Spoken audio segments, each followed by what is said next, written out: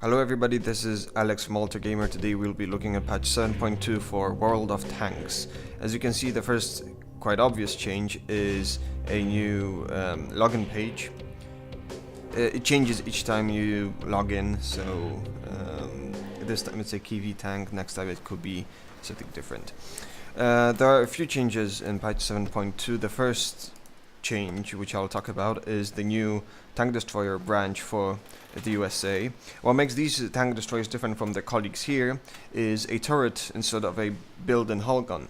And what this has a few benefits in the tactical sense, which I'll discuss in my preview article on altergamer.com.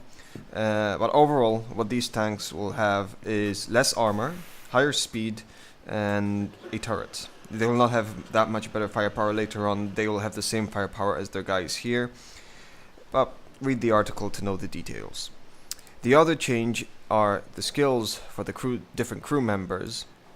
So instead of just having 3 skills, repairs, firefighting, camouflage, you'll have brothers in arms. Well, each class or profession has their own skills and perks. This is the commander's different skills and perks. The brothers in arms is shared among all the crew, as you can see in the description here.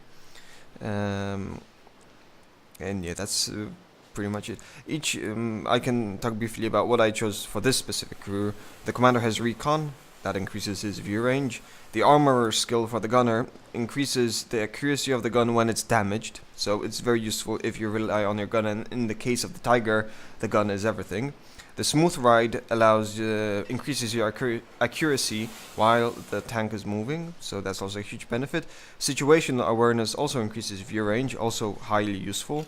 And adrenaline rush greatly increases your reload speed when the tank is damaged or badly damaged, but this is a perk, and as such it doesn't work until it's fully developed. So even though it's 20%, it's not gonna give me anything until it's 100%, and then I can pick another skill. What else? We can see some visual changes here in the menu. For example, we have a nice pop-up window when we hold our mouse of a vehicle. We can see all the different details about the vehicle.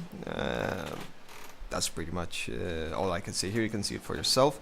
We also now have an option to choose specific types of tanks. So here, for example, light tank, or Germany medium tank.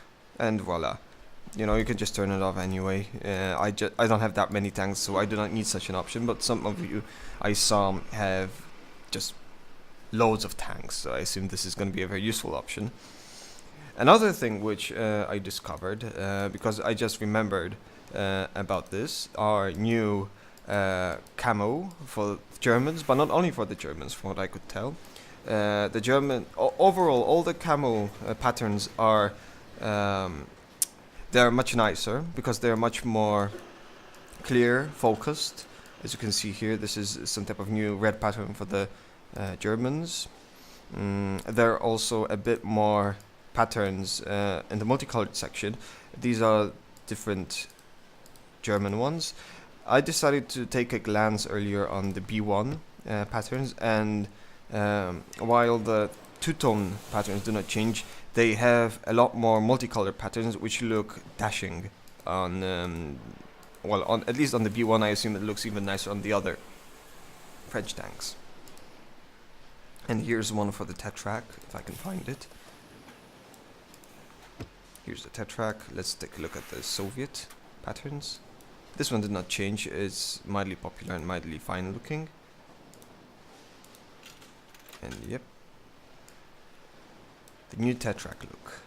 All the types of camo you'd ever want for such a small car, or armored car, tank technically.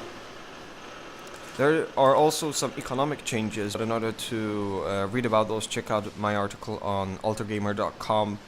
And this is pretty much all that I wanted to show you about these vehicles. So stay tuned until next time. This is Alex from Gamer signing off.